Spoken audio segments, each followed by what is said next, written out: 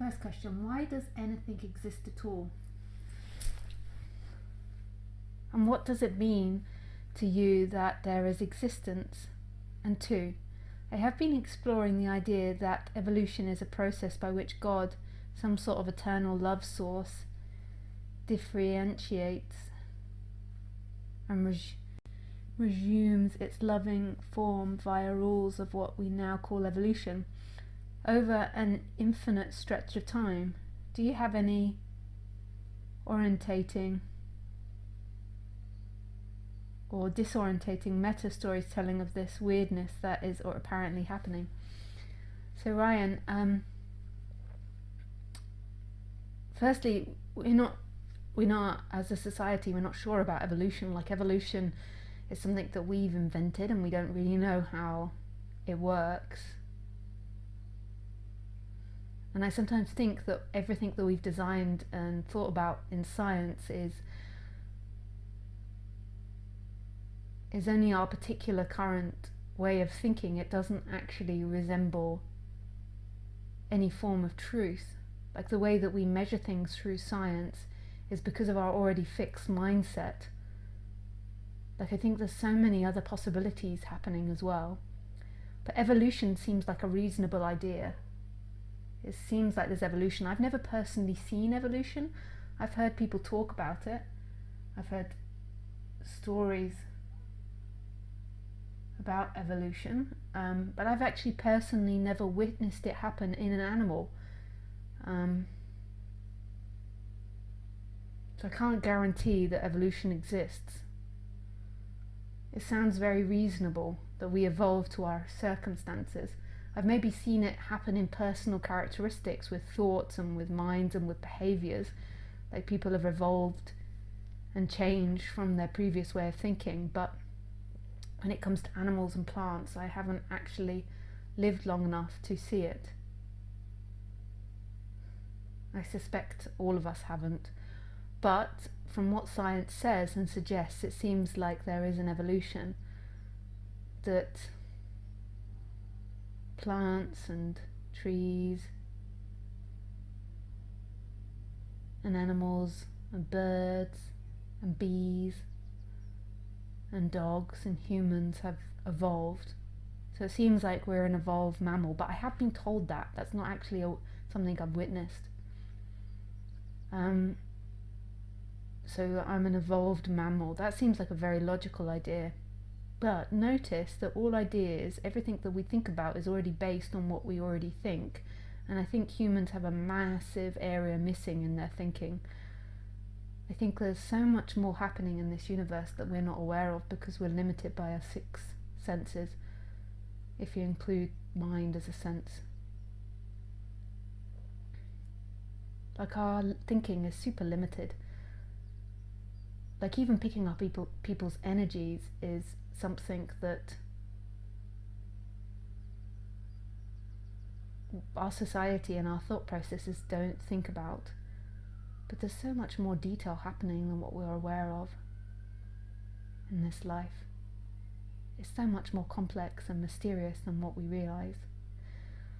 But evolution seems like a good idea, so it seems like one thing always comes from another thing.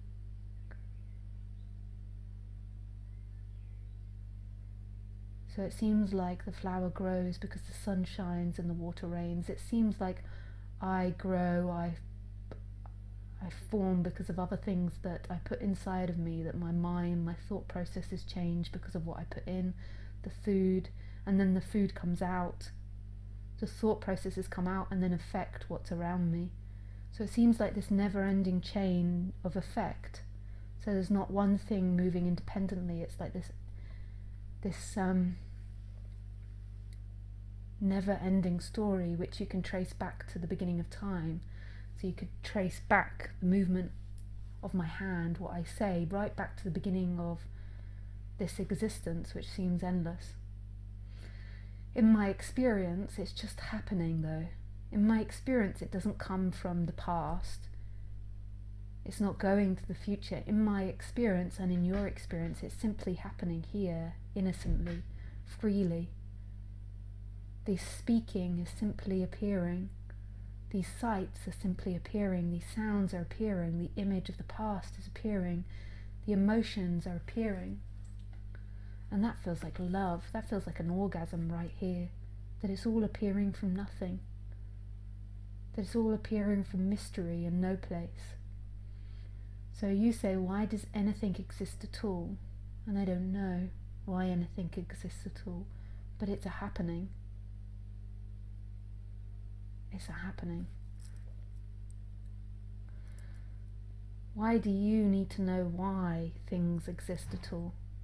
I think that these questions can often be depressive questions coming from wanting meaning. Like you want to know why you exist because you want to have meaning, and meaning is a very dangerous idea. On the human level, we need to have motivation in order to work and keep ourselves surviving and do things that can sometimes be painful. So that's one thing, but meaning is a totally different thing. Normally people base their life on meaning.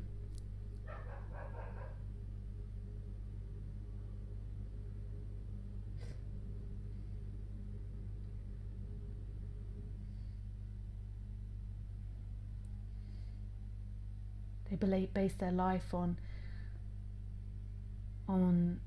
what things mean and where you're going with that meaning. And everything has meaning for you, and you are trying to get towards that meaning. The most prominent idea of meaning in our society, in a Christian society, is the idea of going to heaven, the idea of goodness. Goodness is a very important meaning to people.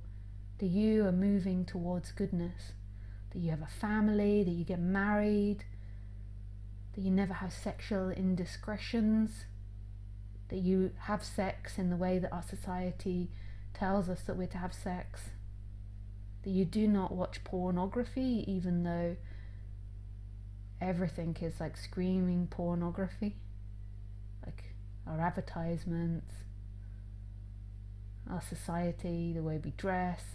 There's like, and a lot of people have the meaning, the idea of growing a family, that's very meaningful and that's the purpose of life, and friendships is the reason for life. Some people believe it's God, some people believe it's their career, some people believe it's doing something that's really special, like creating something that's really special. And that helps motivate them to do things. It helps motivate them to clean the baby's diarrhea at 3 a.m. in the morning, and to deal with 3 screaming kids, or to go to work leave the house at work for 6 a.m. Some people believe the meaning is to get lots of money. I forgot about that one. And people live for these. It helps give motivation. But really, there's no meaning. What could possibly be the meaning in this? And you really examine everything. But I don't talk about that so much anymore. I used to always joyfully say there is no meaning, it's pointless. I don't talk about it because it's dangerous for people that are overly invested in the idea of meaning. If people begin to believe on the human level that life doesn't have meaning, they go suddenly from it being meaningful, from it being that you work for your kids or you do things like this, to it not being meaningful, and then they become hopeless and depressed. It's not that simple. There's often a movement towards depression or hopelessness already, but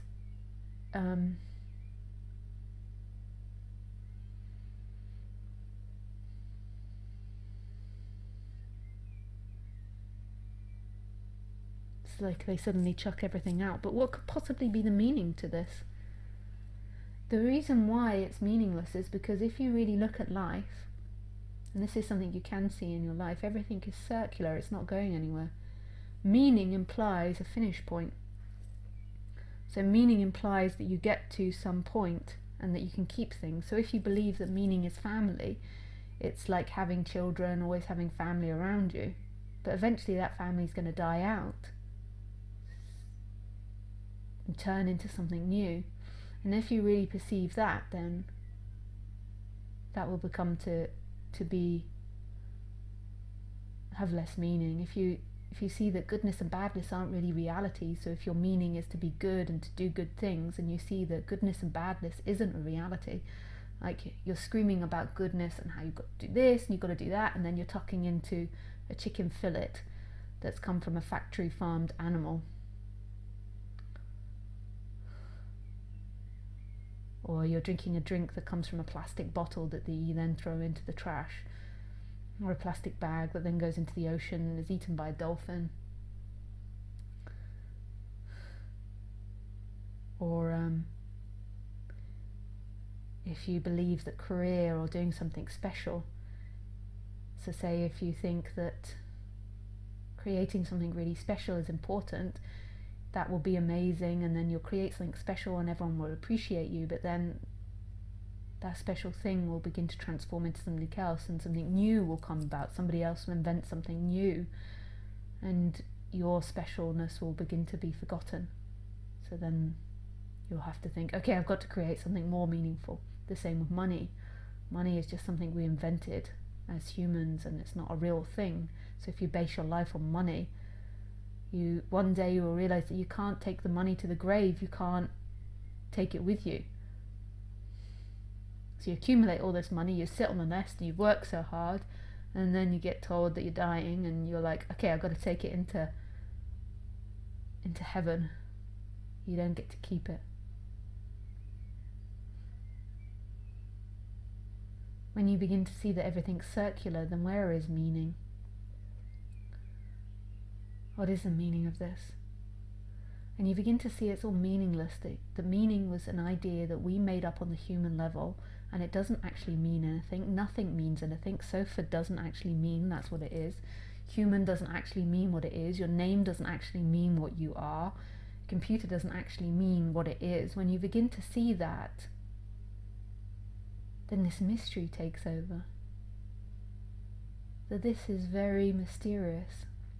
That's what you were like as a child. This joyful wonder of innocence. You asked 1,000 questions to your parents. Why does the sun shine? And there was such joy in the wonder. That's what it is, this life. It's a wonder of being. It is wondrous. We don't know why. It is, though. I am. This is. And this is where you find your freedom. The question actually comes to why does any of this exist, or what is the meaning to anything? It's actually a human problem.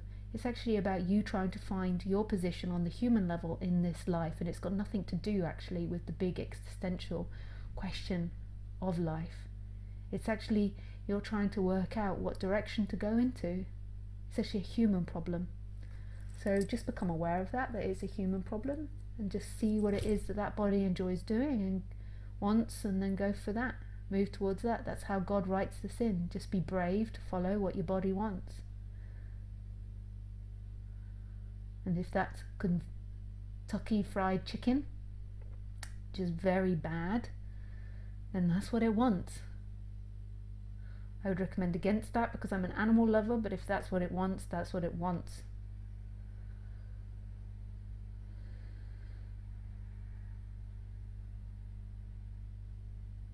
If it's doing a big poop on your neighbour's lawn, then that's what it wants. If it's spending all your money, then that's what it wants. If it's giving your money to charity, then that's what it wants. Be brave. What's the point of being safe and making sure that you live to 120? Be brave. Follow the flow. You know your flow. All of you know your flow. You just, not all of you, but there's just that fear of flowing it, and so you think of all these reasons why you can't, why you shouldn't, why it's somebody else's fault, and all of you know what the body wants.